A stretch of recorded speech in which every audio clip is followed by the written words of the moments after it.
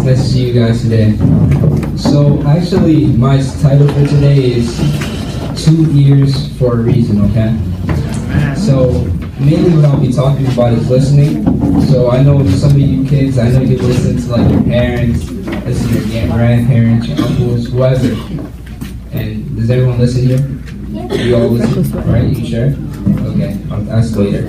But, so, in the Bible, there's a young boy that listened just like you guys did, and his name is Samuel. But before I talk about Samuel, let me pray. Alright, let's pray. Dear Lord Father, we thank you so much for this day, this Children's Day. I thank you, God, for blessing us here. I just pray, God, that you'll be with us and we can learn more about you. That's what we're praying tonight, pray, amen. So, about Samuel. So Samuel was a boy that listened. But before I get into him, I have to actually talk about his family, like his parents. So Samuel had a father. His name was Elkanah. So Elkanah, I know it's kind of like a weird name. I know you don't hear people named Elkanah.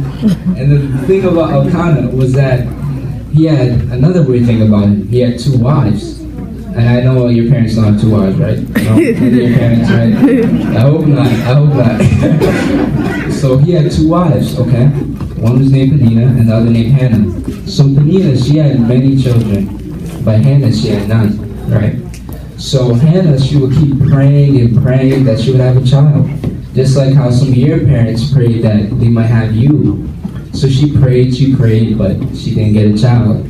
But she didn't give up. She did, like, I know how you guys know push. What does that mean? Pray until something happens. So that's what she did. She kept praying until something happened. And then finally she had a child. So she had a child and she named it Samuel. She named him Samuel.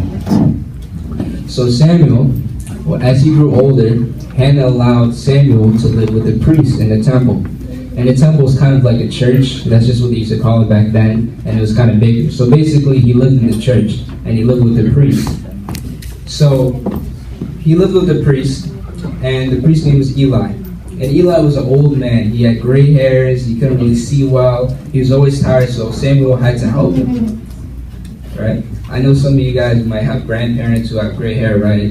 You know, they're pretty old, they need help getting around. They ask you to get them chapati mandazi. So that's what Samuel did for Eli. And as Samuel grew, he would always listen to Eli whenever he called him.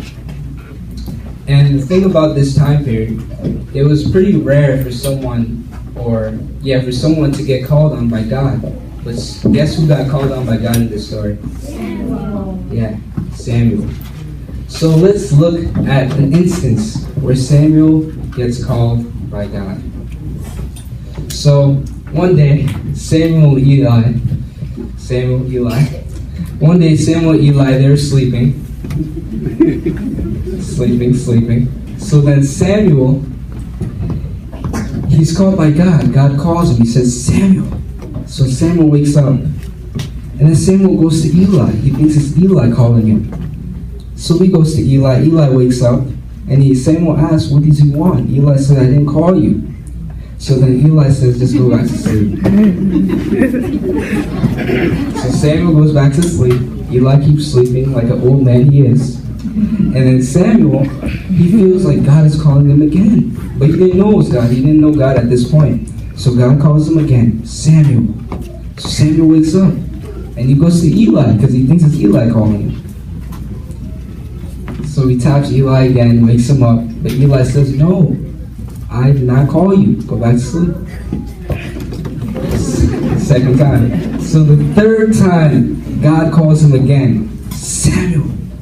And then Samuel wakes up, and then Samuel was so loyal. He went to Eli again. In the middle of the night again. Third time. So Eli wakes up, and then Eli's like, alright, this just can't be anything. I know it's God calling you. And he tells Samuel, the next time you get called, say, Lord, I'm here. It's Lord, your servant hears. So Samuel hears that, and then he goes back to sleep. So now Eli doesn't have to be bothered again. So now Samuel, he gets called by God again. Samuel. So Samuel wakes up. And then He says to the Lord, "Speak, Lord, your servant hears." And Samuel speaks to the Lord the rest of the night. Alright? So, we see that Samuel listened to God, just as we should listen to God. Sometimes we keep getting called by sometimes our parents and we don't want to listen. But you can see as Samuel, he just kept going. Even if Eli was telling him to go to sleep, he kept going because he thought Samuel was calling him. And it's funny how, out of all people, the person that God called was a child. He wasn't much younger than you guys. He was maybe even younger than you. So he called Samuel. It's kind of like, you can look at it this way. It's kind of like your mom or your dad allows you to live with pastor, right? And then instead of calling pastor, he calls you. That's kind of how it is. Right? And it's not, I'm not saying there's anything bad about the priest, Eli, or there's anything bad about about our pastor, but sometimes God wants to use children because he knows children listen. So just as all of us should be able to listen just as you guys do. So it's kind of like your parents should be listening like you guys do. There's actually a verse, Matthew 18, verse 30. I'm going to read it for you. Matthew 18, verse 30.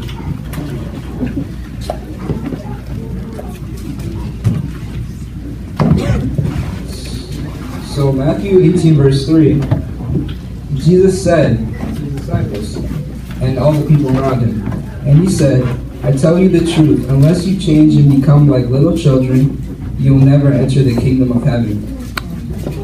Isn't that funny? So your parents, in a way, they have to act like you, because he said that you can't enter into heaven unless you're a child.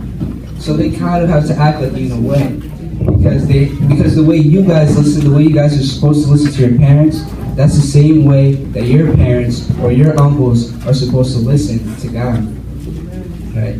So I want you guys to always try to listen, whether it's your parents, whether it's your grandparents, whether it's Uncle George telling you to stop yelling, whoever it is, you should always try to listen, okay? Because listening will help you. But the thing that makes listening most powerful is trusting who you listen to. You have to trust your parents. If your parents tell you they want you to eat vegetables because it'll make you strong, you have to trust them in order for you to listen to them. If you don't trust them, then you're not going to want to do it. So you have to trust them as well as listen to them. Trusting is very important. Just as you should trust God. I know God speaks to you guys just as he speaks to all of us. So if you feel like God is telling you, oh, you should be nice to someone in class, oh, you should work harder in the classroom, or you should be nice to your sister, your brother, you should listen to him because he is your God. And you should listen and trust him. Okay? And actually the closing song is called "'Tis So Sweet to Trust in Jesus." I know you guys know the song. So in the song, it tells us how we're supposed to trust Jesus. And as you read the song this time, I just hope, I tell you that you should actually read the words, try to figure out what it means. If you don't understand that much, ask someone like one of your friends, someone that's older than you. Try to understand the song because it helps you. When you listen, you have to trust. Okay? That's all I have for you today. Amen.